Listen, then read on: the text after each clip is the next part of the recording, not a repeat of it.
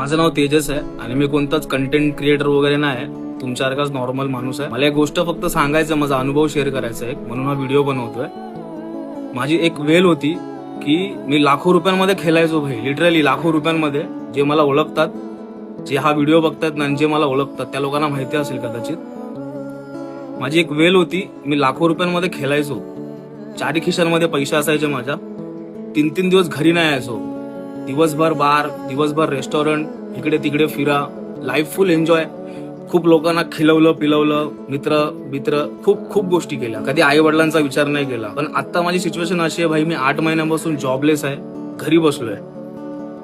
एकाचाही phone न आला किंवा एकाचाही कोणाला मेसेज किंवा काही नाही. फक्त मला जपतायत आणि बघतायत ते माझे आईबाप आहेत. की 8 महिन्यापासून त्यांनी मला कधी टोमणे नाही मारले, मला कधीही असं म्हणजे फील करून नाही दिलं की भाई तू आमच्यावरती जड झालाय, आमच्यावरती म्हणजे काही कामाचाच नाहीस वगैरे वगैरे, जे नॉर्मली आई वडील करतात सगळ्यांचेच.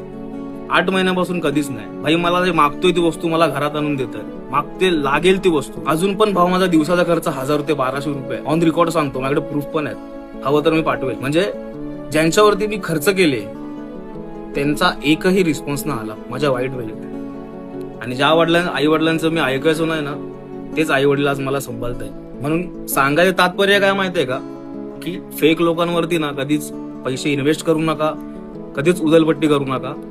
तुम्हाला जे काय असेल करायचं असेल ना, फक्त आई वडिलांसाठी करा. कारण भाई शेवटी आहेत ना फक्त आई वडील येतात, बाकी कोण नाही येत. तुमच्या ना गावातला कोण येणार आहे, ना तुमचा कोण मित्र येणार आहे, ना कोणती मैत्रीण येणार आहे, ना कोणीच येणार नाहीये. जे येणार आहेत ते फक्त आई वडील येणार आहेत. नातेवाईक सुद्धा येणार नाहीत. एक अशी वेळ येईल की नातेवाईक सुद्धा तोंड लपवतील, पण आई वडील आहेत ना भाई, कोणत्या पण काळात राहतो तू, किती पण तुझ्यावरती हेडॅक येऊ दे, किती पण प्रेशर येऊ दे, ते तुला सपोर्ट करत राहतील. बस एवढंच सांगायचंय. म्हणून छोटासा एक व्हिडिओ बनवला मी, माझा अनुभव एक शेअर केलाय. आवडला तर लाईक करा.